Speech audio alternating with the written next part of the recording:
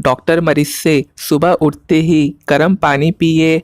मरीज बोला, पिछले 15 सालों से पी रहा हूँ साहब, लेकिन बीवी उसे चाय कहती है। डॉक्टर बेहोश।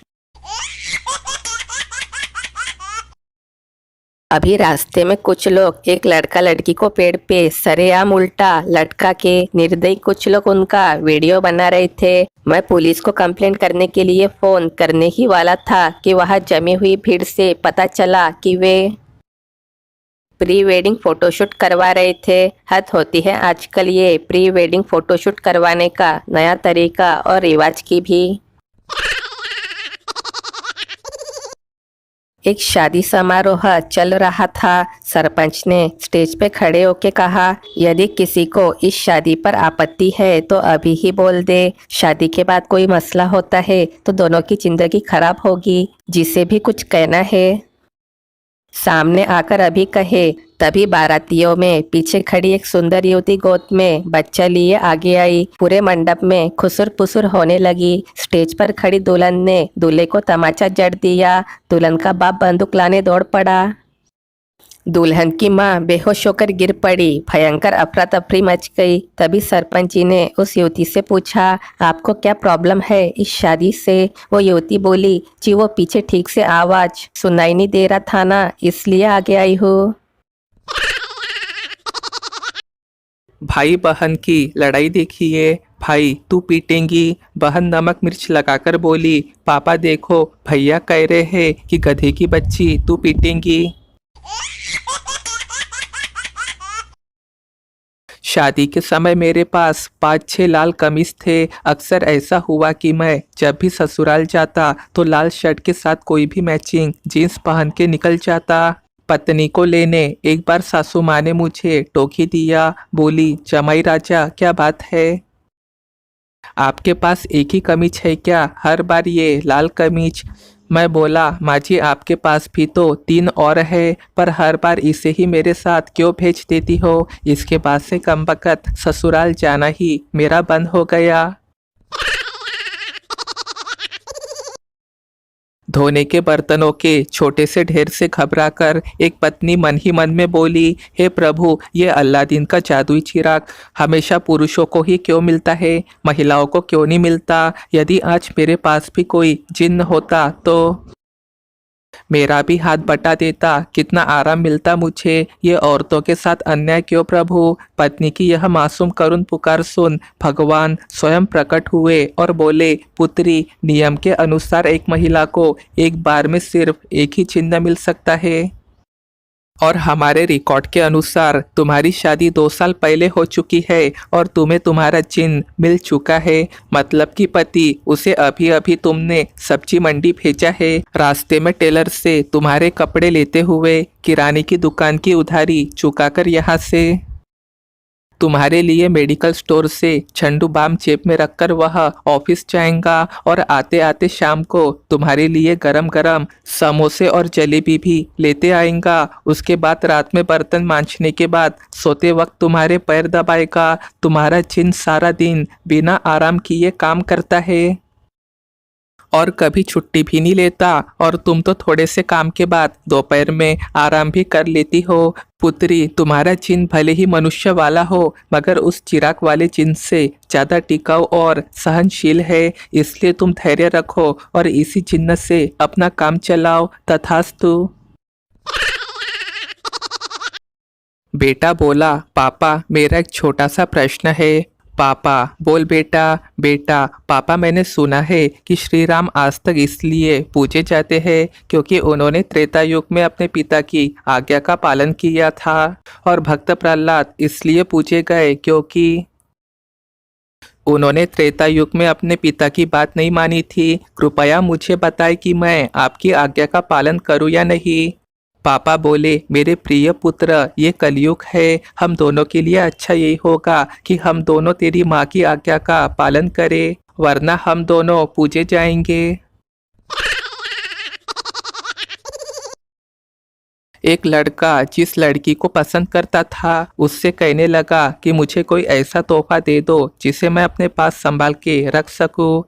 लड़की ने अपने जूते का तला उतारकर उसे दे दिया। लड़का वो तला लेके सुनार के पास गया और सुनार से कहा कि चांदी का फ्रेम बनाकर इस तले को इसमें जड़ दो। सुनार ने कहा कल आकर ले जाना। अगले रोज लड़का तला लेने गया तो सुनार ने उस लड़के से पूछा कि ये जूता किसी पीर बाबा का है। लड़के ने कहा कि ये किसी पीर बाबा का नहीं बल्कि मेरी महबूबा का है। सुनार ने कहा उठ खबीस की औलाद, कल से मेरा सारा खानदान इस जूती को चुम चुम के पागल हो गया है। पत्नी बोली अगर तुम मुझे दोबारा प्रपोज करोगे तो कौन से गाने पे करोगे? पति बोला इतनी शक्ति हमें दे न दाता। यार तेरी बीवी तो बहुत बोलती थी, शांत कैसे हो गई? दोस्त दिमाग से काम लिया मैंने। कैसे? दोस्त उसे गुटखा खाना सिखा दिया है। अंगूर की जवानी में कीमत 80 से 100 रुपए किलो और बुढ़ापे में 300 से 400 रुपए किलो। इसलिए जवानी छोड़ बुढ़ापे को संवारने की कोशिश करे। जनहित में जारी। ब्रेकिंग न्यूज, बिहार में 2 किलोमीटर सड़क चोरी। 2 गांवों को जोड़ने वाली सड़क जोतकर दबंगों ने गेहूं बो दिया।